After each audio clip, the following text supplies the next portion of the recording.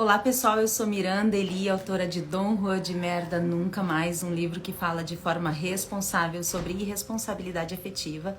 E essa é a nossa primeira live book, onde eu vou fazer a leitura do livro, explicar um pouquinho da ideia dele e convidar vocês a não só ficarem conosco, mas também enviarem essa live para quem você acredita que possa se beneficiar através dela. A compra pode ser feita através do direct ou pelo link da bio que cai no meu WhatsApp. E fiquem conosco porque eu tenho certeza que vai valer a pena. A ideia do livro de Dom Juan de Merda surgiu quando eu escrevi a minha trilogia Paris Sans-Eiffel. E no final do segundo livro, um dos personagens do livro eu inocento completamente em poucas linhas. Só que até então a gente não sabe se ele é uma pessoa legal ou não. Se ele é um cafajeste, se ele é um Dom Juan de Merda, ou se ele é uma pessoa simplesmente mal compreendida. E conforme eu fui escrevendo o segundo livro, finalizei nessa inocência dele e depois escrevi o terceiro livro, eu fiquei pensando, se eu, como Miranda, autora, vi, os meus leitores também vão ver. E aquilo que é visto não pode mais ser desvisto. E, portanto, eu resolvi escrever o Dom Juan de Merda Nunca Mais. E acredito que foi uma grande sacada, tanto para mim como pessoa, como para as pessoas que estão lendo. Inclusive, eu chamo agora o livro de A Nossa Vacina Anti-Abuso, porque através dessa leitura a gente pode entender tanto a respeito daquilo que nós passamos todos os dias e que muitas vezes nem sabemos que realmente é abuso. Para começar, então, essa é a capa. O livro foi todo feito de forma comercial, um livro mais fino, de fácil leitura, bem diferente de Paris Sans-Eiffel, com aquela elegância, com o romance. Dom Juan de Merda Nunca Mais é um livro direto, que vai ao ponto, e eu vou trabalhar com vocês ele por vários momentos. A gente vai estar aqui. Não esqueçam de seguir a página, não esqueçam de comentar, não esqueçam de enviar esse vídeo, porque eu tenho certeza que muitas pessoas vão se beneficiar com essa leitura. Vamos lá? Primeiro eu quero ler para vocês a sinopse do livro. Como identificar um homem de merda se ele jamais admite a responsabilidade na dor e sofrimento alheios? Como recuperar alguém que na concepção que tem de si já nasceu perfeito e não erra nunca? De certa forma, Dom Juan não está errado. Os cursos de psiquiatria não disponibilizam disciplinas que ensinem a amar, nem existe medicação para isso. Respeito e empatia não são ingeridos em shots matinais que aumentam a imunidade, nem é possível o desenvolvimento emocional de um ser humano através de pílulas vitamínicas. Não há tratamento nem cura para uma pessoa que gosta de ser como é e se orgulha do próprio comportamento tosco e das conquistas que realiza através da humilhação e domínio de outrem. Nenhum procedimento cirúrgico remove o prazer em mentir, manipular e agredir de maneira velada, nem se vitimizar usando as dores do passado para obter compaixão, sair ileso e infligir culpa no outro. Assim é Dom Juan de Merda. E você já teve ou ainda terá um em sua vida. Agora pode identificar o cheiro fétido de sua irresponsabilidade afetiva e antes de estar completamente impregnada, dizer um bom e sonoro nunca mais. A capa tem uma frase que eu adoro, que diz assim: qualquer um pode se acostumar ao odor fétido e permanecer nele pelo tempo que for. Porém, o que é visto não pode mais ser desvisto. O livro abre com uma explicação breve que já está dentro do texto, então eu vou pular. E a frase de abertura interna do livro diz assim: o diabo mora nos detalhes, dizia minha avó. Eu me apaixonei por ele achando que era um anjo e dei-lhe um nome.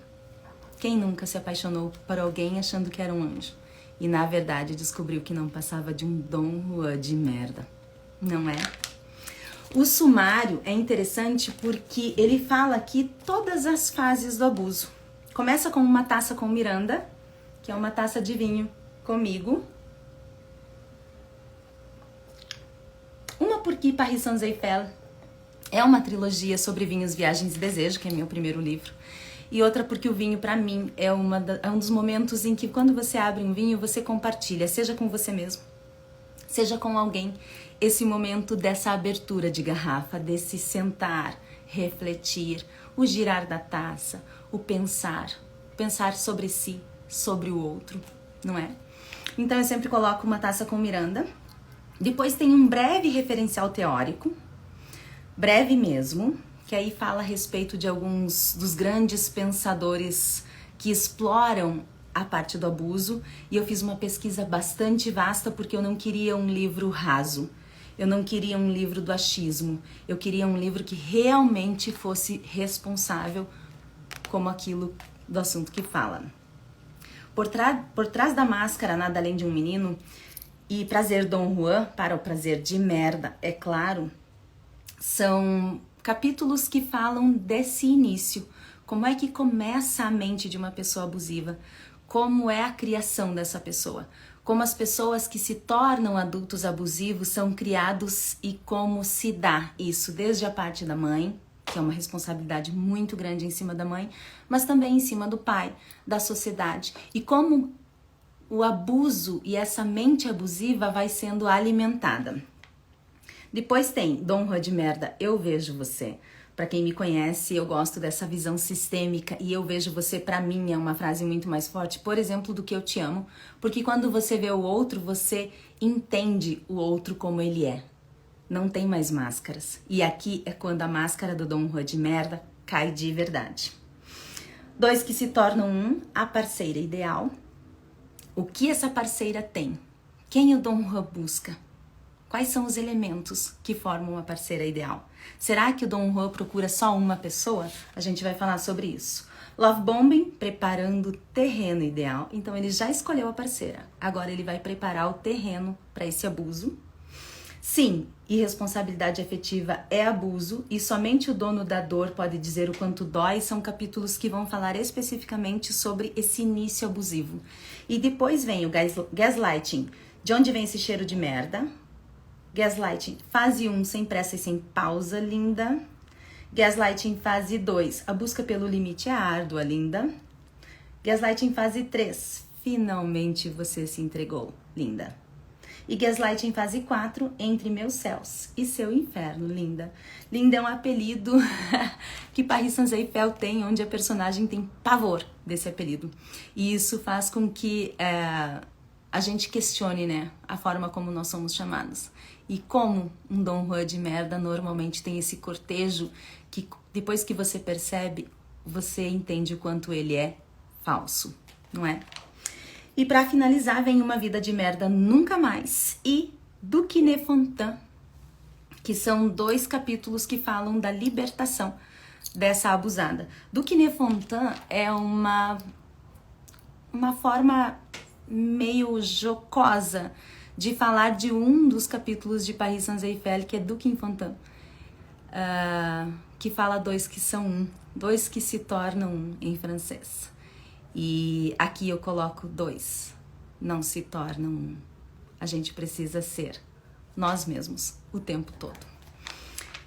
E aí começa então o livro com Uma Taça com Miranda, que é onde a gente vai começar agora.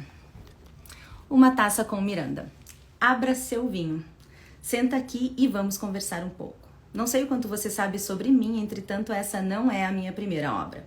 Escrevi e lancei uma trilogia sobre vinhos, viagens e desejo, chamada Paris Saint-Exupéry, e quando o fiz não tinha a mínima ideia de onde ou como ia terminar. Só havia uma certeza. Aquele protagonista encantador permaneceria incólume por toda a narrativa. Não sei. Algo me dizia que era para ser assim. E foi. Mesmo sendo autora e, portanto, tendo poder para tal, quem nunca defendeu e inocentou alguém ao longo de uma história inteira, não é?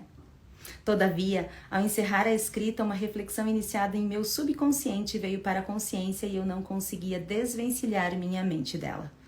Em Paris Saint-Exupéry há uma situação quase no final do 2º livro que dá todo o sentido para a narrativa. Foi no refeitório de um hospital que aconteceu uma conversa tão difícil quanto esperada entre 2 personagens, definindo muitos pontos que não estavam claros até então. Mas e se a perspectiva fosse descrita dentro de outro contexto? Bastava trocar uma das falas da cena para que não apenas o fim mudasse, como toda a trajetória anterior e a índole de um dos protagonistas seria gravemente afetada. Eu não podia admitir que o meu primeiro herói compondo um mentiroso ou uma farsa, porém, se ele fosse. A realidade pode ser bem mais complexa que um romance fictício, contudo, é numa situação de poucas linhas, um parágrafo ou 2, que o rumo das coisas muda, seja verídico ou não. O ápice, a tão falada hora ouro, o conhecido plot twist ou timing perfeito que altera uma existência completamente. Do lado de fora, do lado de dentro. Uma única fala e nada mais é igual. Um detalhe, um momento, uma decisão e tudo se rearranja para um novo fim. Mas, existe fim? Tais questionamentos ganharam força até criarem dissonância cognitiva e desistir. Eu precisava falar sobre o assunto para que mais pessoas vissem o que os meus olhos viram. Precisamos ser mais de 100 milhões no mundo. E apesar de não querer nem mais poder mudar Paris Saint-Germain, não havia impedimento para explorar uma possibilidade que, se eu via, outros também viam. Foi pensando nos detalhes dos quais falava minha avó e naquilo que poderia passar desapercebido que coloquei minha lupa para entender quem seria aquele homem se tal cena no hospital tivesse um desfecho diferente. E depois de muita reflexão ainda desconfio que, por ser tão esperto, ele tenha se infiltrado em minha primeira escrita e me enganado por páginas e páginas. Talvez o moço tenha sido capaz de me fazer acreditar em seu coração puro e nas boas intenções de um plano de vida que nunca se concretizava, defendendo e inocentando ininterruptamente. Sendo assim, e antes de irmos adiante, deixe-me apenas esclarecer 4 pontos a respeito das próximas páginas, as mais sensoriais, que você jamais viu. O primeiro e de importância maior é sobre o tema. Afirmo e ratifico que nada do que está aqui substitui o tratamento psicológico, seja para quem for, e sequer tem a pretensão de suprimir a necessidade de um profissional habilitado. Muito menos almejo elucidar de maneira técnica qualquer assunto, afinal, já há muita coisa escrita por pessoas bem melhor preparadas para fazê-lo. Digamos que é um livro de conhecimento prático, sem muita teoria, nem por isso menos relevante de fundamentação teórica que não avança além do primeiro capítulo. A narrativa é séria e reúne de forma simples o máximo de informações complexas, tratando com a maior leveza possível um assunto tão pesado. Isto posto, o objetivo final é consequência. Despertar o interesse para que todo mundo se dê conta da gravidade de algo que é mais corriqueiro do que se pensa, escondido por trás de nuances numa sociedade que se adaptou ao fedor do abuso.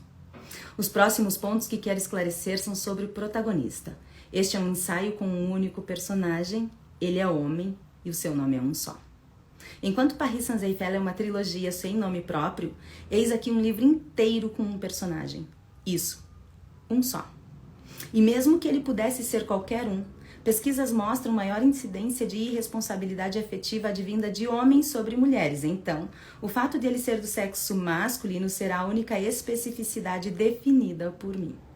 Dito isso, permita que ele se apresente e defina como lhe convier detalhes de classe social, idade, ou se é verídico ou inventado. Acredito, e depois de ler me corrija se estiver enganada, que você o verá no rosto de muitos homens conhecidos e mesmo sem ser objetivo, em muitas mulheres também, próximas ou não. E pasme, talvez enxergue alguns pontos em si. Ele é de fato muitos em um só. No entanto, não se detém à beleza. Com 1000 atributos e encantos, a aparência física talvez nem seja notada. Inclusive, ele pode ser tão feio por fora quanto por dentro, que ainda levaria um bom tempo para ser percebido, às vezes, uma vida. Ou, como mostra Paris Saint-Germain, mais de uma. O único ponto que quero ressaltar é seu nome. Assim como nos filmes de exorcismo, o diabo costuma afirmar que é chamado de muitas formas, poderíamos apelidá-lo de sedutor barato, irresponsável afetivo, narcisista, abusador, gaslighter, psicopata, sociopata e tantos outros que é desnecessário listar. No final das contas, o que varia é a intensidade e persistência de sua maldade. Ele é muitos e muitos são seus nomes. Contudo, dei-lhe apenas um: Dom Juan de Merda. Segunda parte, na página 11, breve referencial teórico. Uma famosa raposa disse certa vez que o essencial é invisível aos olhos, corroborando os conceitos de Sigmund Freud na interpretação dos conteúdos inconscientes, tanto em palavras e ações como nas próprias produções imaginárias de um indivíduo. De tal pensamento nasceu a psicanálise. E ela se joga no consciente, mergulhando fundo naquilo que é aparentemente desconexo, compreendendo e trazendo à tona o que não poderia ser tocado ou visto. mas carregado com tanto sentido que já não pode mais ser desvisto. É como o ar que entra nos pulmões, tornando impossível manter a vida sem sentir o que vem através dele. Segundo o próprio pai da psicanálise, ela é a profissão de pessoas leigas que curam almas, em que a palavra alma se refere a mentes daqueles que se submetem à cura.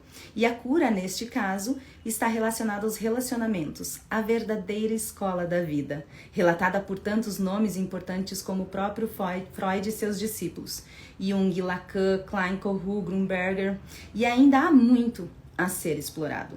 É no ato de se apaixonar que moram tanto os problemas quanto as soluções, pois, como cita a psicologia, a libido é a energia que orienta os instintos vitais, e é a partir dela que se compreende o comportamento humano. Já ao nascer, o pequeno bebê é dotado do chamado autoerotismo infantil, em que projeta a libido sobre si e, por isso, não tem consciência a respeito de outros indivíduos. Conforme evolui, a percepção aumenta e integra pai, mãe, família, sociedade, tornando-se partícipe do todo e não mais o todo em si. Quando ocorre alguma adversidade, frustração ou insucesso nessas relações, ou em uma das etapas evolutivas da psique, seja real ou percebido como real por aquele que evolui, isso pode gerar transtornos que serão carregados para a vida toda. A não separação saudável da mãe, por exemplo, leva o filho a um vazio interior tão grande que busca no outro algo que satisfaça essa falta.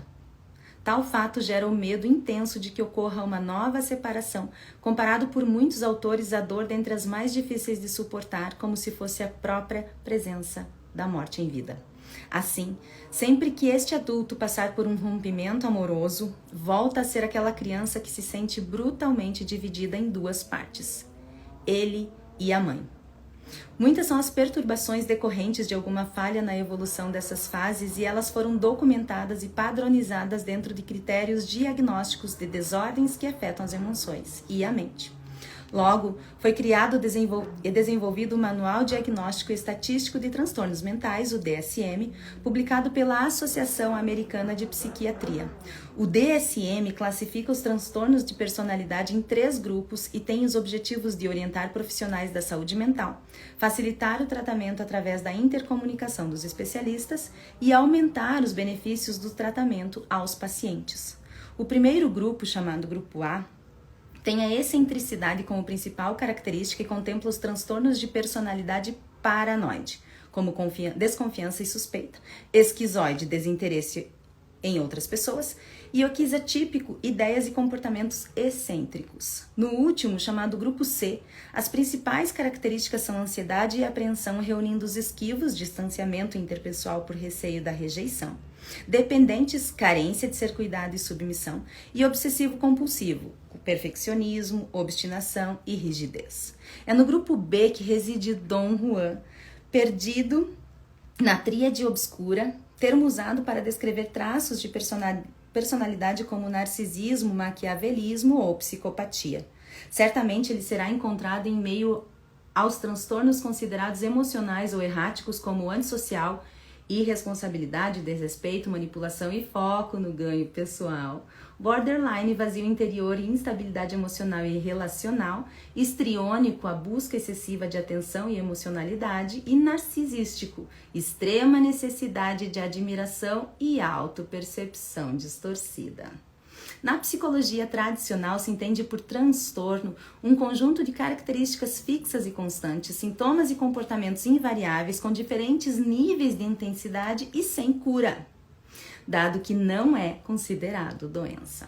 Ou seja, todo borderline, narcisista ou histriônico agirá da mesma forma, alterando apenas a expressividade de suas ações. Na verdade, pouco importa se o objetivo desta obra é apenas um babaca emocional ou se seus traumas... Na verdade, pouco importa se o objeto desta obra é apenas um babaca emocional ou se seus traumas evoluíram para a perversidade. A ideia não é tratar o homem, mas mostrar suas possíveis faces à maior quantidade de pessoas. O diagnóstico e tratamento deve ser feito por um profissional e não cabe dizer aqui se ele é um narcisista em sua fantasia de si, combinando grandiosidade, orgulho e egoísmo. Nem se está classificado dentro do maquiavelismo associando manipulação e exploração de quem quer que seja, com foco apenas em seus próprios interesses e sem respeito algum aos limites morais. Ou ainda, se a malignidade de suas ações atingiu os limites da psicopatia na completa ausência de sentimentos ou remorso perante qualquer atitude.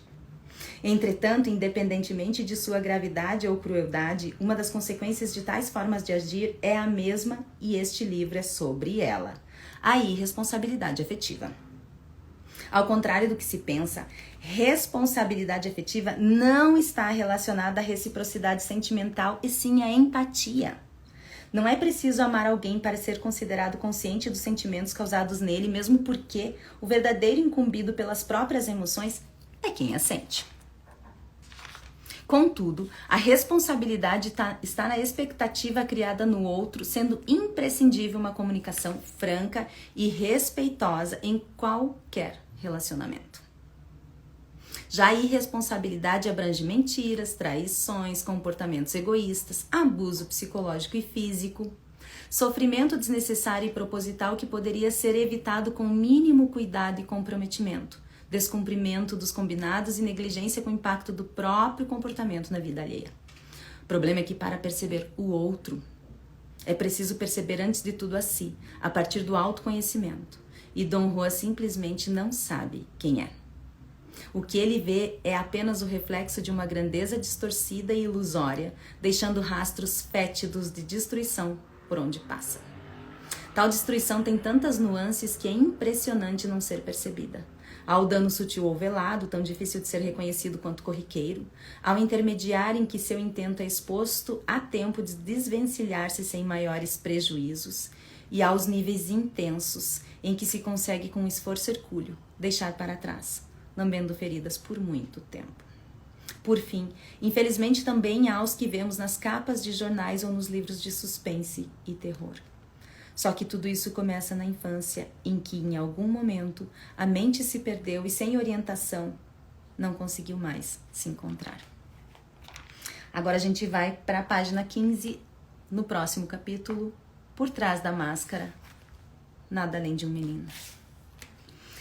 Pequeno Dom Juan fora um menino atento, de imaginação fértil e capacidade ímpar de criar um mundo próprio, singular. Dotado de inteligência fora da curva, dentre tantas outras, tinha no convencimento sua maior habilidade. Ou seja, um líder nato, o orgulho da família. Claro que nem tudo eram flores, mentirinhas aqui e ali podiam ser descobertas quando em vez mas. Qual garoto não mente? Ele também sabia ser exigente como muitos, teimoso como poucos e gostava das coisas a seu modo. Nada além de um menino. À primeira vista, seu comportamento e criação foram tão comuns quanto outras crianças tantas pelo mundo, afinal, fantasia infantil, apreciação pelas próprias criações, ser onipotente e grandioso como o centro das atenções é absolutamente saudável nos primeiros anos de vida e até certo ponto. Até certo ponto. Um ponto que não foi encontrado com ele, e para entender suas atitudes é preciso atentar aos detalhes, buscando o que está tão profundo que pode nunca ter sido visto ou pelo menos considerado. Ainda assim, está lá, à espreita, se desenhando, desenvolvendo, acumulando e esperando o gatilho certo para o caminho errado. Em qual instante o rumo de um adulto emocionalmente saudável se perdeu, originando tamanha irresponsabilidade afetiva? Quais detalhes a família e pessoas à sua volta não perceberam, ou ele mesmo, e quais sequer lembra? Como funciona seu mecanismo de escolhas e decisões e em quais bases isso acontece? Ou seja, por que Dom Juan é Dom Juan? Se a figura paterna tivesse visto desde o início, sendo menos rígido ou mais compassivo, pequeno Dom teria construído uma melhor concepção de si, gerenciando autoestima e sentimentos sem tantas birras. Quem sabe se a avó ou demais cuidadores não fossem tão permissivos e impusessem limites necessários, ele não perseguiria o poder com afinco obsessivo, nem se sentiria tão humilhado ao receber um simples não. Ou então, se os colegas de aula não o ridicularizassem tanto, ele compreenderia a raiva e a inveja reprimidas e aprenderia a lidar com elas. Talvez, se os sócios não o bajulassem enfatizando demais seus atributos, ele não desenvolveria tamanha necessidade de esconder erros ou mentir para ressaltar realizações. E mesmo sabendo não ser perfeito, poderia se sentir bem consigo e com suas falhas, sempre buscando melhorar. São tantas possibilidades, não obstante, dentre todos os fatores que possam ter contribuído para a mente transtornada de Dom Juan, o mais crucial foi o relacionamento com aquela que representa a figura materna ou a própria mãe dele.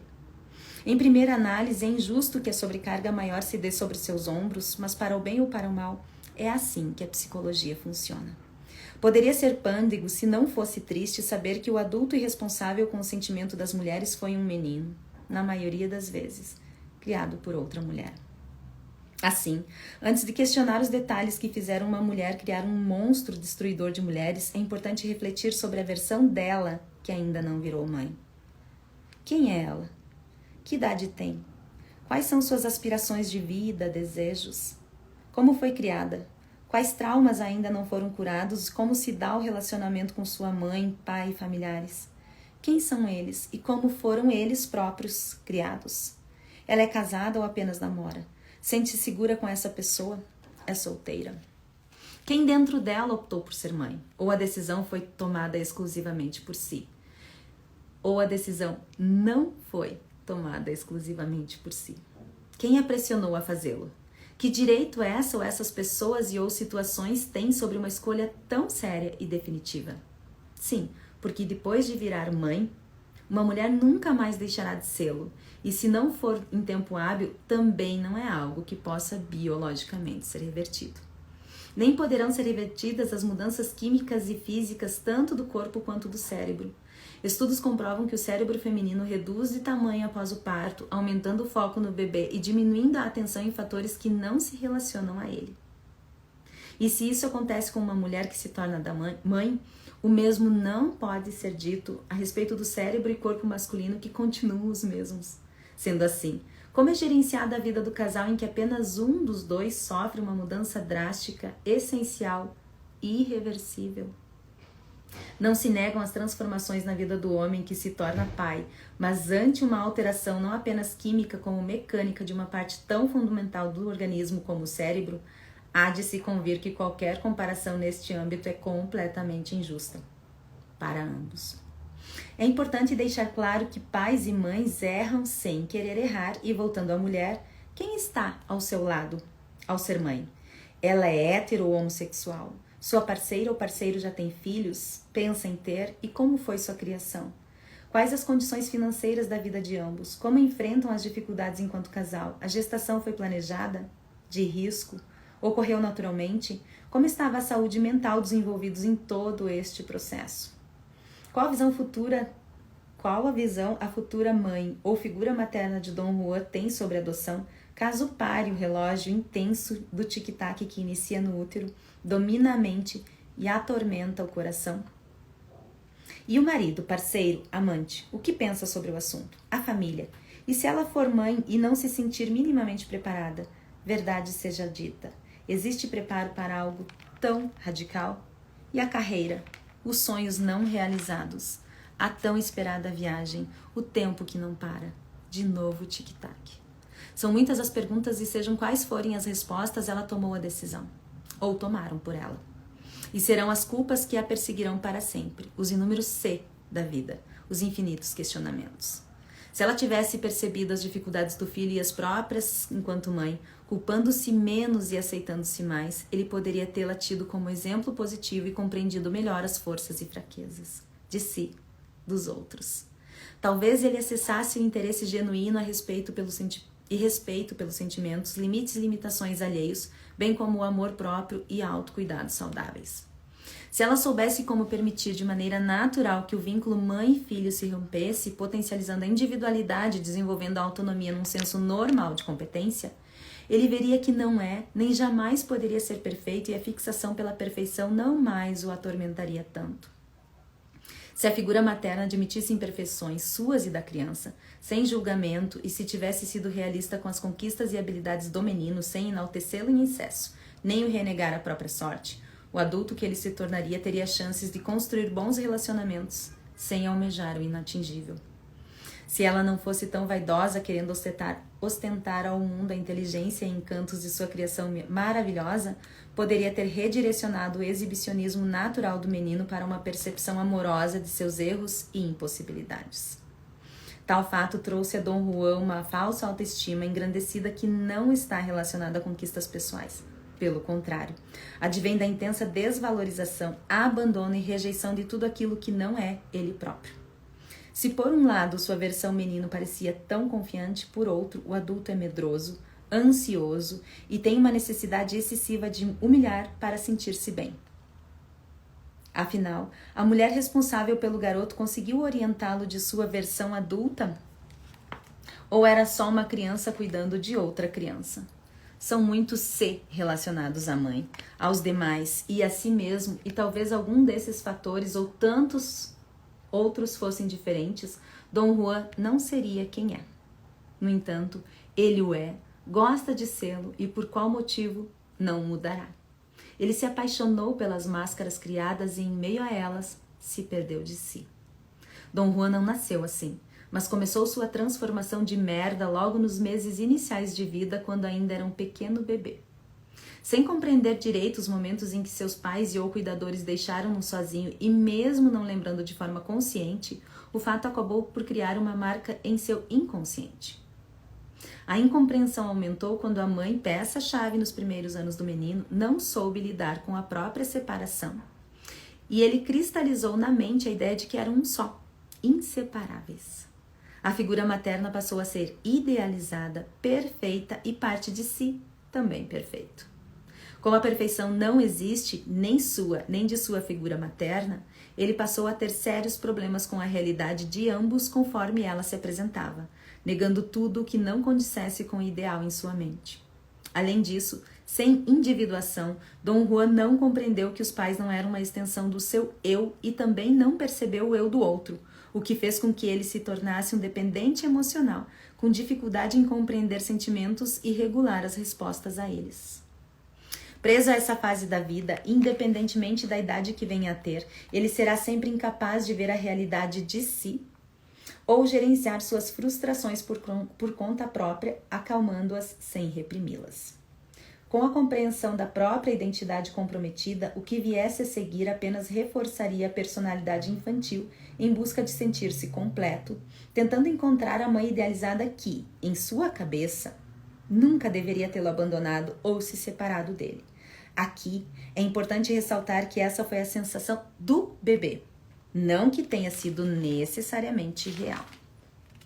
Seria mais saudável se Dom Juan tivesse crescido sem a constante idealização em busca de como as pessoas o podem satisfazer, e isso daria a ele uma capacidade natural de alimentar com integridade o sentimento nutrido por alguém.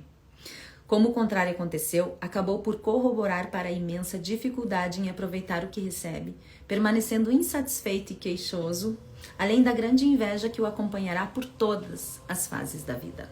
Contudo, a expectativa pode não estar somente relacionada ao ponto de vista de Dom Juan sobre sua autoconsciência ou percepção da mãe.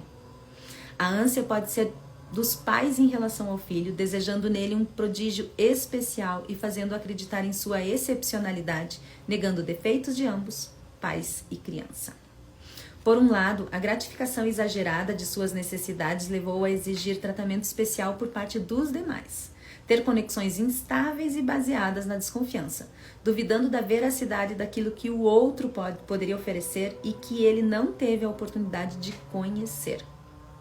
Por outro lado, a crença de que as outras pessoas teriam a mesma habilidade que ele de enganar e ludibriar deixava-o sempre atento para quando acontecesse. E ele acreditava que cedo ou tarde aconteceria, como numa profecia autorrealizável, desenvolvendo meios de se antecipar, e o principal deles era envolver-se superficialmente, enquanto levava os demais a se entregarem completamente. Tal combinação de fatores culminou em baixa autoestima, incapacidade de lidar com frustrações, imensa vulnerabilidade a críticas, reduzida autoaceitação e uma busca incessante por sentir-se bem consigo mesmo através da admiração alheia, escondidos atrás da máscara de um homem brilhante de sucesso inquestionável.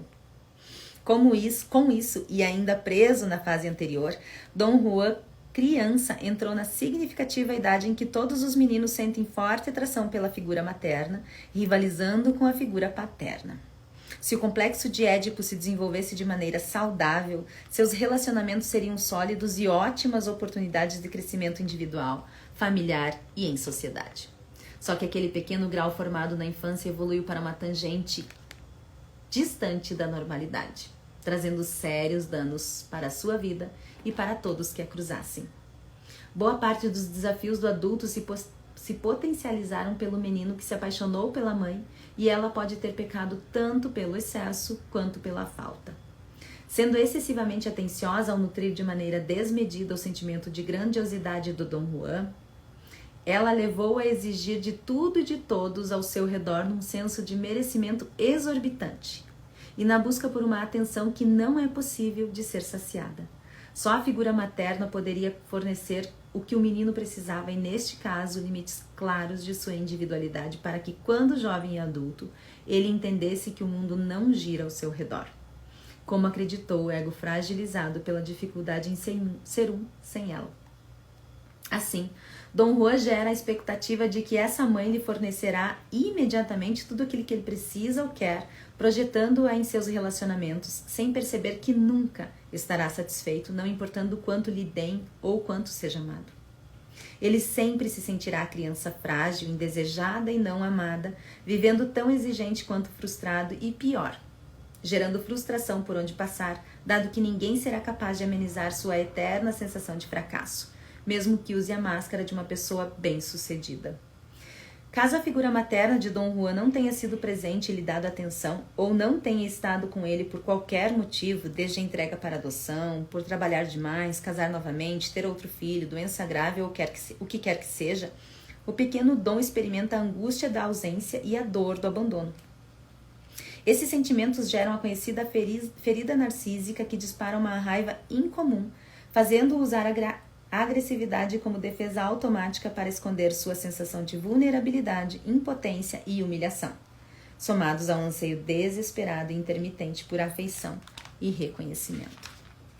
Ou seja, por ter de mais ou de menos, o bebê Dom Juan trouxe traumas não identificados e que, alimentados em tenra infância, fizeram com que ele não se sentisse completo, capaz e autossuficiente, buscando no outro aquilo que jamais o completaria, como Paris em busca da sua torre, numa busca cega e inatingível, sem percebê-la já existente e concreta dentro de si.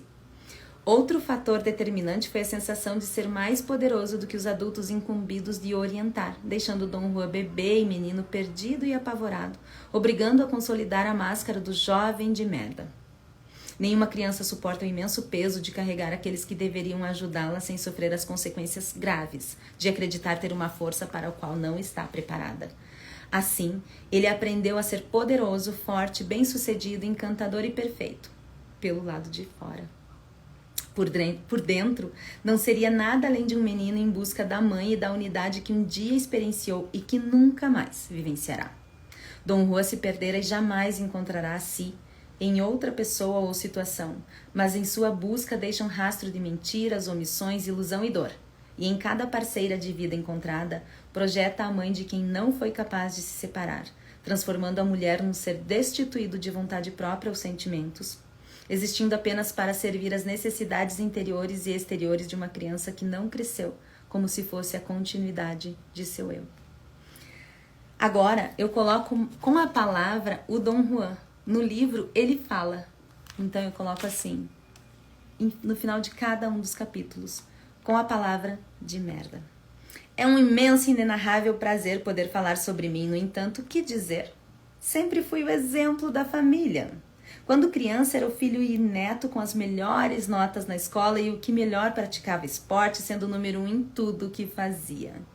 Por ter uma origem extremamente pobre, saí de casa dos meus pais muito cedo para trabalhar numa pequena mercearia, carregando sacas imensas de arroz e feijão e outros.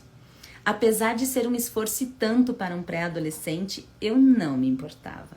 Sabia que a situação não demoraria a mudar e estava certo. O trabalho braçal virou sociedade. Entre uma conversa e outra, o proprietário do estabelecimento se interessou por minhas ideias e em pouco tempo percebeu que eu poderia ser muito mais útil do que um Helles carregador mirim e fez a proposta. Dali, fui descoberto pelo professor de uma grande escola de negócios do exterior e levando-me para lá também me tornei sócio dele. Com menos de 20 anos eu já estava multimilionário e fui capa de revistas, sendo conhecido como o garoto Midas Touch. Se as pessoas prestassem mais atenção, poderiam ver o cetro e a coroa como uma estranha sombra de meu corpo, mesmo que invisíveis. Eu mantinha uma irresistível postura aristocrática e merecedora. Quando casei, tive o casamento perfeito. Era eu quem cantava os presentes na noite de Natal, quem pagou o apartamento e a lua de mel de minha irmã, quem deu emprego para meu irmão e cunhado e quem mantinha uma rede imensa de dependentes. A vida deles era melhor, aliás, extraordinária, porque eu existia. Tive 2 filhos, muito dinheiro, uma família impecável. E essa era a minha sina, ser o melhor em tudo. Fazer o quê? Essa é a página 23. Aqui a gente finaliza a live book de hoje. Espero que vocês tenham gostado da leitura.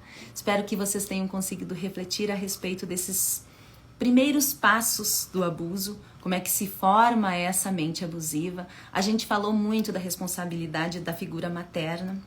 A psicologia realmente trabalha isso muito forte na criação de um ser humano, a mãe sendo presente, a mãe exagerando nessa presença, ou a mãe não sendo presente e tendo a falta, essa criança sentindo a falta. Ou seja, pelo excesso ou pela falta. É muito difícil a gente conseguir acertar na criação de um filho. E, segundo dizem, quando nasce uma mãe, nascem várias culpas. E ainda que essa parte inicial responsabilize bastante tudo aquilo que está fora do Dom Juan, a decisão por ser um homem de merda é dele. E é nisso que a gente vai falar nos próximos capítulos, porque não acaba aqui. Agora a gente vai começar realmente a falar da pessoa de merda que o Dom Juan é. Aquela pessoa que você tem, já teve ou ainda vai ter em sua vida.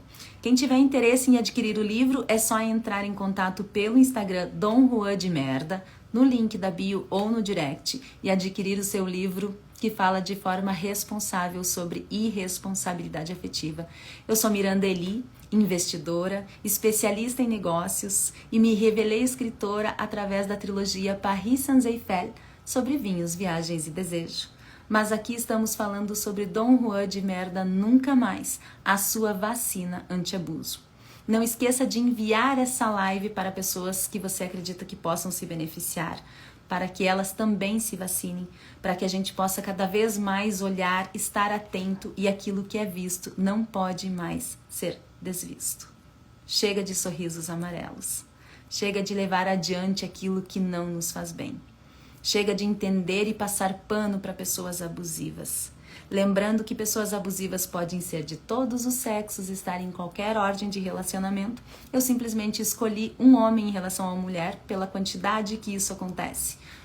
Porque eu acredito que a partir do momento em que você troca o personagem principal, o Dom Juan de Merda, por qualquer pessoa que seja, o livro é tão inteligente que você vai conseguir ver o abuso em muitas pessoas, sejam elas homens, mulheres, pretos, brancos, azuis, amigos, namorados e talvez até em si mesmo.